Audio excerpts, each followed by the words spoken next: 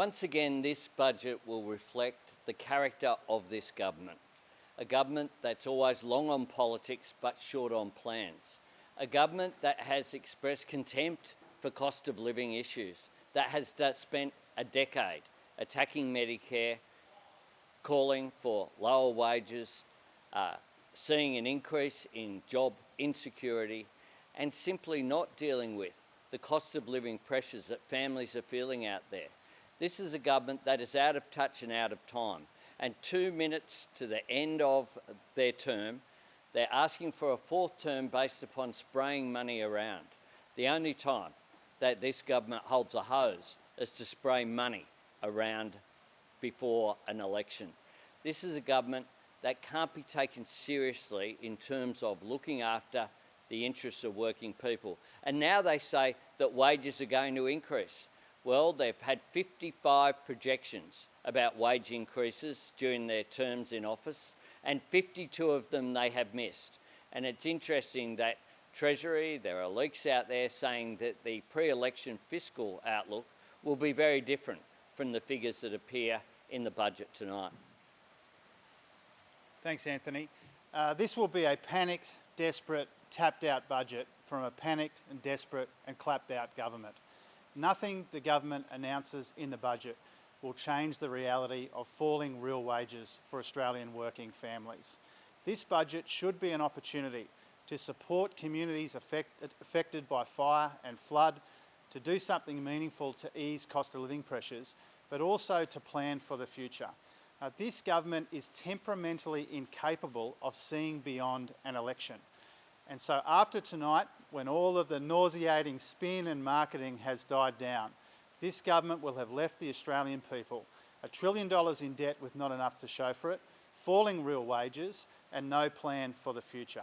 This government is desperately hoping that if they spray enough money around on the eve of an election, Australians will forget almost a decade of attacks on their wages, their job security, their pensions, and their Medicare. Australians will not forget, no matter how much money sprays around tonight, that this is a government which has spent a decade attacking their living standards. Nothing the government announces tonight will change that fundamental reality. This country desperately needs a plan for a better future, not just a plan for an election campaign which is funded by spraying around taxpayer dollars. It will be a desperate and panicked and tapped out budget from a desperate and panicked, clapped out government.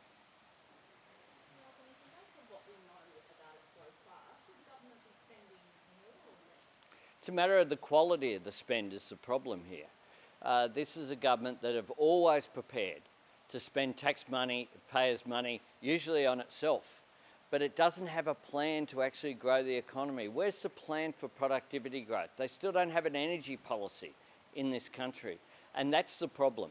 One-off payments designed to the election timetable rather than for the needs of the Australian economy and the Australian people. That's the problem with their approach. What do Labor make of news that the unemployment rate is projected to fall to as low as 0.8%? Well, we'll wait and see. The reality out there is that there are almost 2 million Australians who want more work.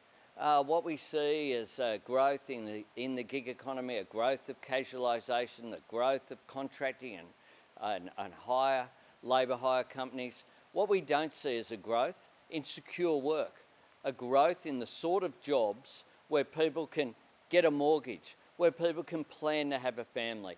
That's the problem with the pressures that are on the budget. Do you want to add? Yeah. Look, we want to see the unemployment rate as low as possible, but unfortunately it's coming with falling real wages and skills shortages right throughout the economy. You know, this government has managed something very difficult. They've got a falling unemployment rate at the same time as we've got skills shortages, but still we've got real wages falling behind, so ordinary Australian working families are finding it harder and harder to make ends meet. So the government will give themselves a big pat on the back for an economic forecast, when the reality, as Anthony says, for life in the suburbs and towns and cities of this country is falling real wages, finding it harder to get those opportunities that people need to put food on the table. You know, this government has had almost a decade now to deal with pressures on Australian working families which have been emerging for some time. Now, on the eve of an election, they want to pretend all of a sudden that they understand and care about cost of living pressures. I think Australians will see through that. And so what would you do that the government isn't doing Because you've got wage growth? Yeah. Well, there's a range of things we need to do to get wages growing again in this country. First of all, the government says that stagnant wages are a deliberate design feature of their policy. They've spent a decade coming after penalty rates and all the rest of it. So that's a big part of the problem, a government that wants lower wages rather than decent wages for working families. We want to get the economy growing the right way, in a strong and broad and inclusive way. We want to make sure that people can grab those higher paid opportunities by training people for opportunities, providing cheaper access to childcare so that they can work more if they want to. We also want to crack down on dodgy labour hire. We want to make sure that there are basic standards in the gig economy.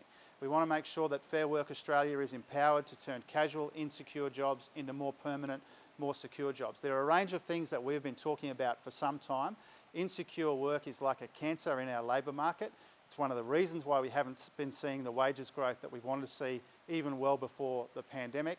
We would approach this challenge very differently. I have to go do a radio interview with Sabra Lane, so I'll leave you to it. Thanks very much.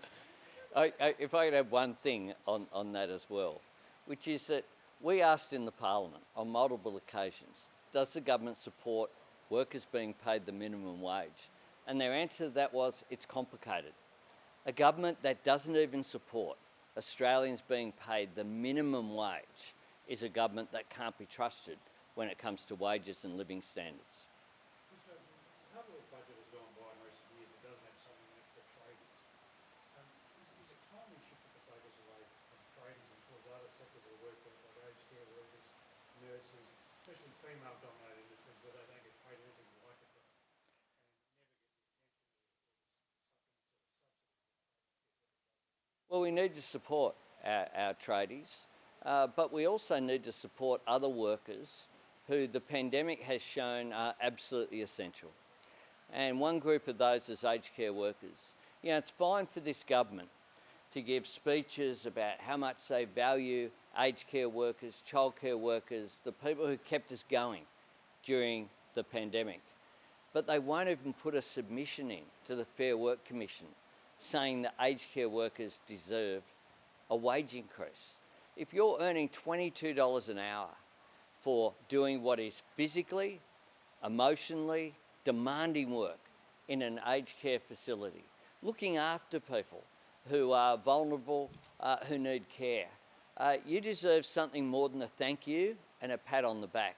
You deserve a wage increase, because what we're seeing is people leave the sector because they can earn more packing shelves than they can looking after our older Australians who deserve respect. And that was one of the key recommendations of the Aged Care Royal Commission, was workforce issues. Workforce issues have been ignored by this government with its response to the Royal Commission.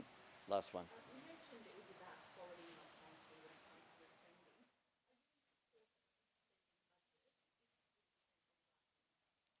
Well, this is a government that have never spent money on the right things. And they also will come up with big figures. But the question is, does it produce anything? We know in last year's budget, they actually had a cut of over $4 billion to infrastructure investment. Now they'll have us believe that when they've announced a whole range of projects that have simply not commenced, project after project that have been announced in budgets have not actually led to any activity.